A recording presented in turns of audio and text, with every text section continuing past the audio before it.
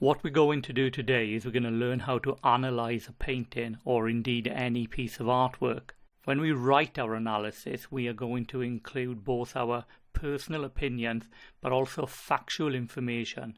As we've discussed previously, factual information can come from a variety of sources. It can come from books, it can come from videos, for example from YouTube, or from websites. So if we look at this first example of a student's work, he's first included about half a page of information, probably about 20 facts from the videos he's watched. Then he's gone away and he's researched information into his chosen painting. In this case, it's Van Gogh's painting Cafe Terrace at Night from 1888. And then he's included relevant information under the certain categories of information which is needed to be included into the analysis.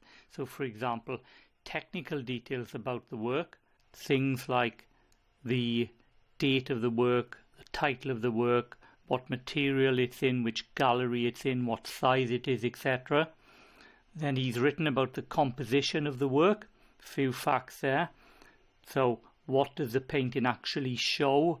What's the subject matter? What's in the background, what's in the foreground, etc. What catches his attention? What type of artwork is it? What type of artwork did Van Gogh produce? What style is the work? Then fourthly, the techniques. What type of techniques did Van Gogh use? What type of brush strokes did he use? What type of colours? What style of work was he working in? And then finally, information on the student's personal opinion of the work. Does it tell a story? What's the meaning behind the work? And then finally, the student writes up the final essay. Now, most students will use 5 paragraphs. Paragraph on the technical details, one on the composition, on the type of art and on the techniques used, and perhaps one on personal opinions.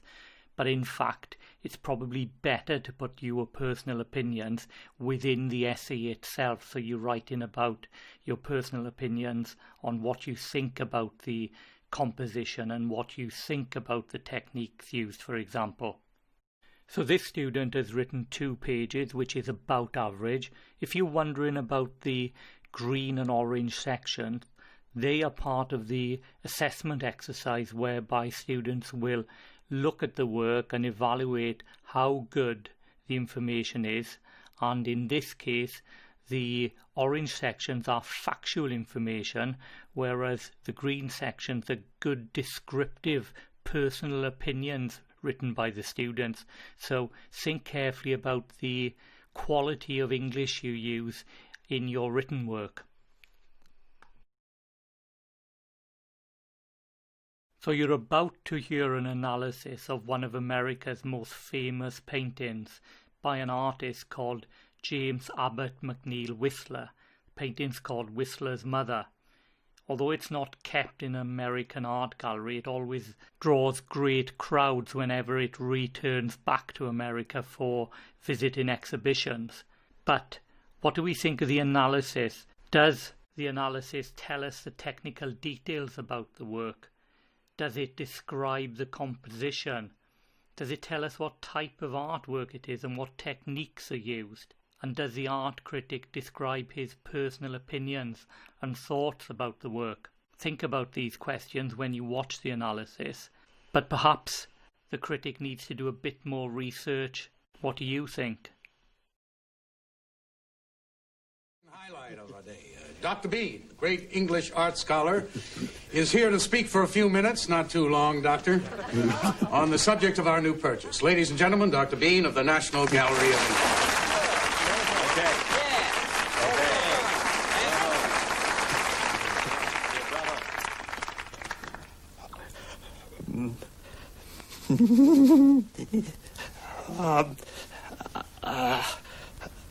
Well, hello. I'm Dr. Bean, apparently. And my job is to sit and look at paintings.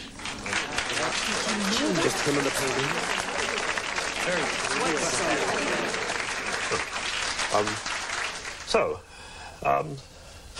What have I learnt that I can say about this painting?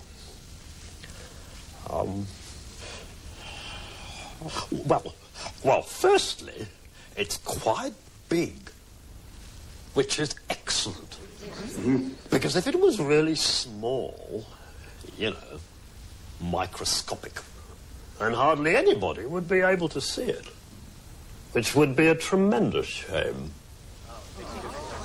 Secondly, and I'm getting quite near the end now of this analysis of this painting. Secondly, why was it worth this man here spending 50 million of your American dollars on this portrait? And the answer is, well, this picture is worth such a lot of money because it's a picture of Whistler's mother. And as I've learned by staying with my best friend, David Langley, and his family, families are very important.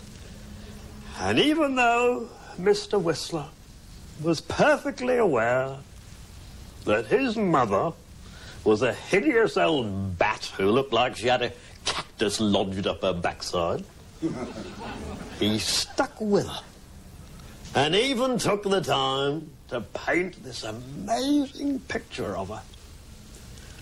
It's not just a painting. It's a picture of a mad old cow who he thought the world of. And that's marvellous. Well said. Well, that's what I think.